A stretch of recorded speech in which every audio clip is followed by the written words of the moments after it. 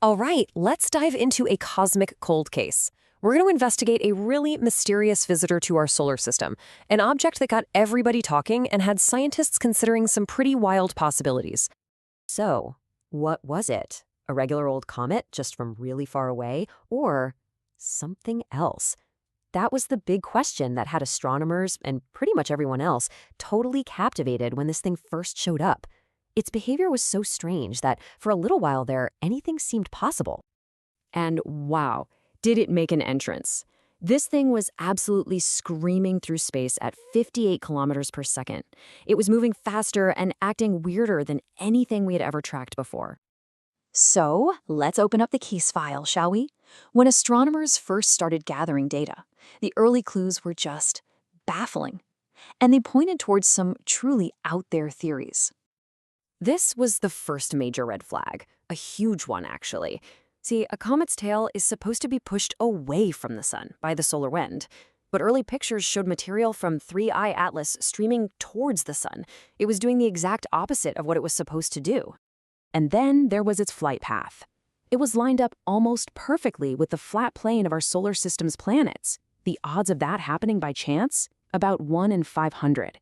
It almost looked, well, it looked like it was designed for a perfect flyby. And this is where things got really weird.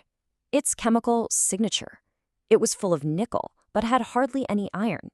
And it even showed hints of a compound we use here on Earth for industrial metal refining. Let's be honest, that just doesn't sound like a natural space rock. So you can see why the stakes felt so incredibly high. The clues were so strange that even the most extraordinary ideas, like alien tech, had to be on the table. As astrophysicist Avi Loeb said, this could be a black swan event, something totally unexpected with enormous implications.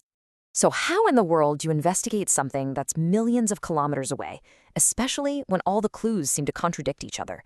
Well, it all comes down to becoming a detective of light. First up, you've got spectroscopy. Think of it like this. You run the comet's light through a prism, and by looking at the rainbow it creates, you can read the unique chemical fingerprints of whatever it's made of. It's like a cosmic barcode scanner. Then you have this other really cool trick called polarimetry. It analyzes how light waves get tilted after they bounce off the object's surface. It's a super clever way to figure out the texture and structure of the surface without ever having to go there. Okay, so armed with these powerful forensic tools, teams all around the globe pointed our absolute best telescopes at 3I/Atlas. And that's when the breakthrough clues started rolling in, and the story started to change.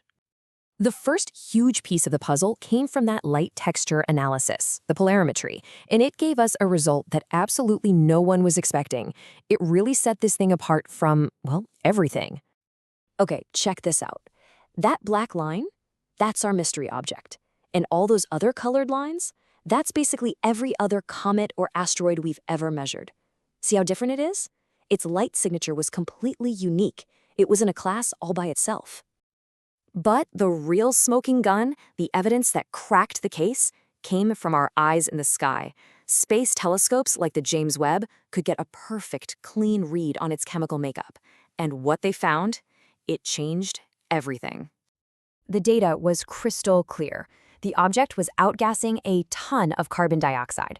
But, and this is the important part, it had surprisingly little water and carbon monoxide, which are, usually the main ingredients in a comet. Now, this chemical profile was totally bizarre for a normal comet. But here's the twist. It wasn't completely unheard of. In fact, we had seen a similar profile before, right here in our own solar system, in a very specific kind of comet. And that final piece of evidence, that really weird chemical signature, was what allowed astronomers to finally connect all the dots. It was the key that unlocked the whole mystery of 3I/Atlas. So on the left, there's our interstellar visitor. And on the right, that's Comet Hartley 2, a comet from our own solar system.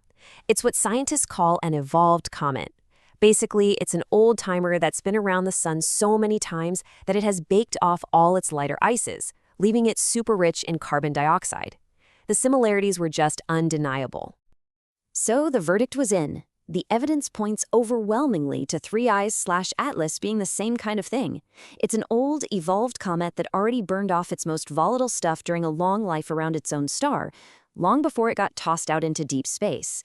It's an alien, for sure, but a natural one. And this just lays out the whole story perfectly. All those strange clues, the backwards tail, the weird composition, they weren't signs of technology at all. They were basically the battle scars from a long, ancient journey across the galaxy. So this case is closed. But man, it opens up a whole new, fascinating window. This is the first proof we have that other star systems cook up and spit out these ancient, evolved comets, just like ours does. It shows us there's so much more variety out there in the cosmos. And it just makes you wonder, right? What's the next visitor from another star going to teach us about its home?